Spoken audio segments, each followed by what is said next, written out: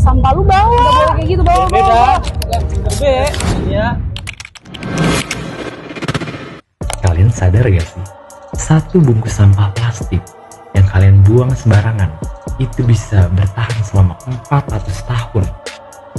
Dan ya, Indonesia sekarang menghasilkan sekitar 64 juta sampah plastik setiap harinya. Wah, lumayan ya.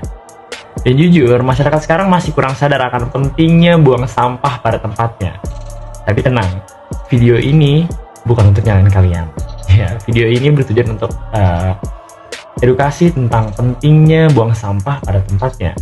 Dan ya, kami dari kelompok 4 ingin membuat video sebuah sosial eksperimen terhadap publik, kesadaran masyarakat terhadap orang yang buang sampah sembarangan.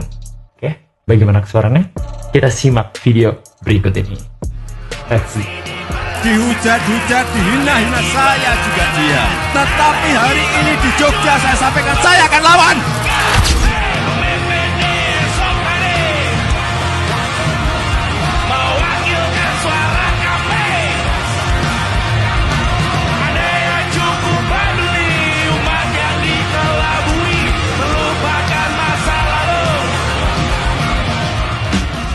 Assalamualaikum warahmatullahi Wabarakatuh. Waalaikumsalam. Oke, kali ini kita balik lagi di kelompok 4 ya.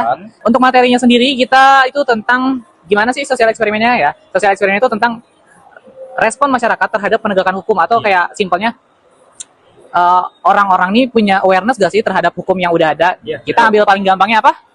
Buang sampah. Kita misalnya habis makan, contoh kita buang sampah tuh ada gak masyarakat atau orang sekitar yang negur kita atau ngebiarin aja sampah itu ditaruh situ gitu. Ya, jadi kita nyari awareness terhadap masyarakat. Khususnya karena kita lagi ada di dunia perkampusan, kita lebih fokus untuk mencari awareness atau kesadaran diri dalam diri mahasiswa. Iya, benar-benar. Gimana dengan videonya? Penasaran? Kita lanjut ke sosial eksperimennya. Check it out. Yes.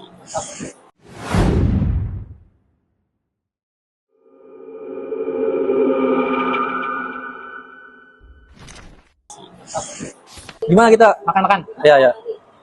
Jadi curug. Jadi sih sebenarnya Iya, ayo. katanya mau ikut. Iya, gas aja cowok kan. Baik kan weekend kan enak tuh dan jalan apalagi ntar kita Tadi nongkrong- juga nongkrong. ke Curug budgetnya itu nggak semahal yang Kayak kemarin. Gue tapi nggak bakal habis. ke Curug. Beneran, Cok? Kita anjir. Enggak. Kaki. Ada yang landai. Takut getar begini. Kita cari perjalanan yang landai. Curug Ciberem enak, tapi dia kan ada dua opsi lewatnya. Nanti gimana jadinya kita Ke Daun aja yuk. habis 200.000 mah habis. Oh iya, Ya kan pasti jajan Secara- pengen ini, pengen itu. secara sih. Iya. Soalnya kasihan. Iya, sian yang nganggur ya.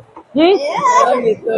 Emang nganggur punya duit. Tahu kan. Enggak, Soalnya ada yang nganggur tinggal nadam doang, ada. ada gitu. Tapi dia kan anak disayang. Ada bontot terakhir, adik gue Gua- namanya bontot anak. Iya bontot terakhir. Terakhir gak sih? Apaan sih? Satu-satunya bungsu. Apaan sih? Anak bungsu itu yang pertama. Anak bungsu, anak pertama. Anak Bungsu. Oh iya. Masuk ke gym ya Allah. Malu, gue malu. Nah, terus anak bontot ya anak terakhir. Bontot terakhir gimana maksudnya? Makanya. Enggak, nih. Anak bungsu atau atunya? Gua dulu. Anak sulung anak pertama. Gue dulu kan anak satu-satunya nih sebelum gua ada anak. Sebelum gua ada adek. Ini ya. Enggak, gue dipanggil bontot. Oh, pas ada adek, belum ada adek, belum orang tua lu Punya buat lagi. adek. Astagfirullah. Iya, maksudnya adek. Nah, itu tadi yang gue maksud.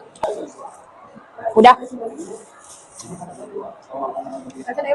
Minum dulu, minum. Udah ini ya, udah jam 9 lewat. Baru jemput kan? Balik yuk. Ya, balik. Balik. Sampah lu bawa. Biar beda. Tugas bersihan ini. Ya. Bawa. Nggak boleh kayak gitu, bawa. Debe. Dibawa. Kis, nggak boleh kayak gitu, bawa. Ada tugas bersihan ini udah. Udah. Dibawa. Aslinya ini sampah kita buang ya guys ya. Iya. Jadi tadi cuma edukasi aja.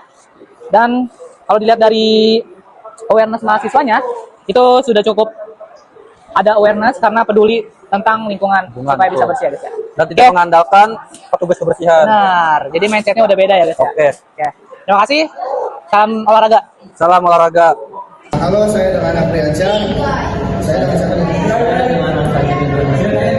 Oke bang, menurut tanggapan abang gimana sih untuk mahasiswa yang setelah makan tempat makannya tuh nggak diberesin, cuma mengadakan tugas kebersihan saja?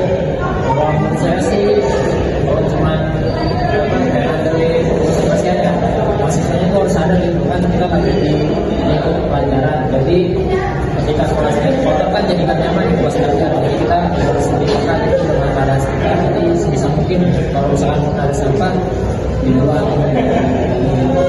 Kita wawancara dengan orang kedua, saya dengan Anjani Kirana Warasa. Oh iya, dengan Kak Anjani ya.